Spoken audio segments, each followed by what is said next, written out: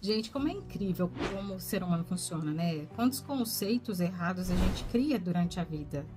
E se a gente não parar para refletir a respeito das coisas que a gente acredita, a gente entra em ciclos, em situações e em pensamentos totalmente contraproducentes, né? Vou dar um exemplo disso, né? Teve uma vez que, quando meu avô faleceu, eu pensei assim, poxa vida, eu poderia ter vivido mais com ele, eu poderia ter feito mais coisas, eu poderia ter... né? Acho que todo mundo pensa isso quando alguém da família morre. Meu avô era um querido, uma pessoa maravilhosa.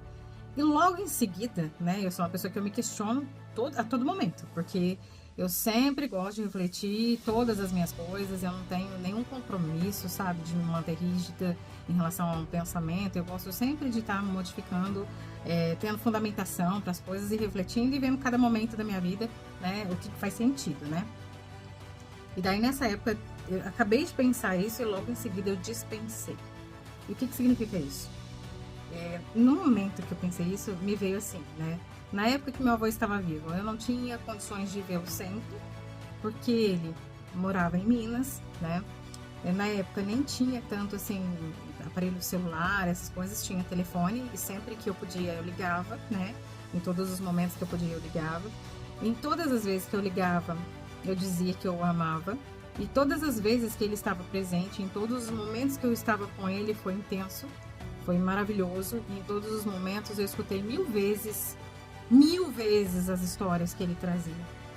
Da infância, do sofrimento, do aprendizado dele de vida. Então, assim, nunca foi cansativo, nunca me saturou, eu nunca fiz uma cara de descaso, de ai, não aguento mais. Muito pelo contrário, parecia que eu queria absorver cada história, cada pedaço da história.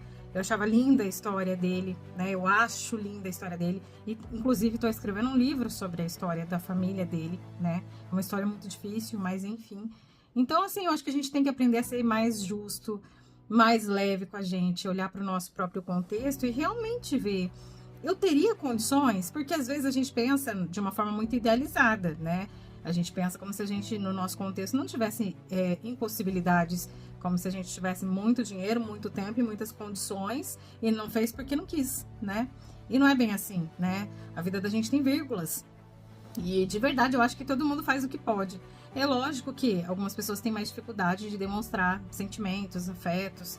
E eu acho que, lógico, a terapia vem exatamente para ajudar nesse sentido. Mas se você é uma pessoa que você consegue expor seus sentimentos, consegue, né, verbalizar o que você está querendo verbalizar para a pessoa e tudo mais, e consegue ter bons momentos com as pessoas quando você está com essas pessoas, é sobre isso, né? Então, vamos sempre avaliar, né? Em todo movimento que você tiver de vida, pare e avalia para ver se o teu auto-julgamento, se ele está sendo justo. Se você está levando alguns pormenores do seu contexto em consideração. Porque numa situação dessa, a gente pode começar a sentir culpa. Pensa, desnecessariamente, né? Não há nenhuma necessidade de sentir culpa. Principalmente porque realmente não era uma questão contextual. Mora longe, não tinha condições, não era sempre que podia ver, estudava, tinha que ir para a escola, né? Então, assim, quando tinha a possibilidade de estar, era com qualidade, era com amor, era inteira, né? E é isso aí.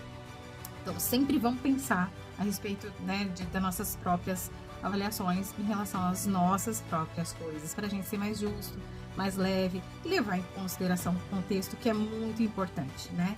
Às vezes a gente é muito rígido nesse auto-julgamento.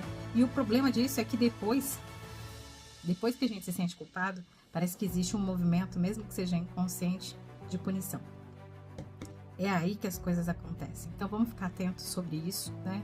E vamos tentar perceber quais são os pensamentos que não têm nenhuma validade e principalmente que não tem nenhum fundamento, né? E vamos rever cada um desses pensamentos e transformá-los em pensamentos mais produtivos, tá bom? É esse meu recado. Tchauzinho!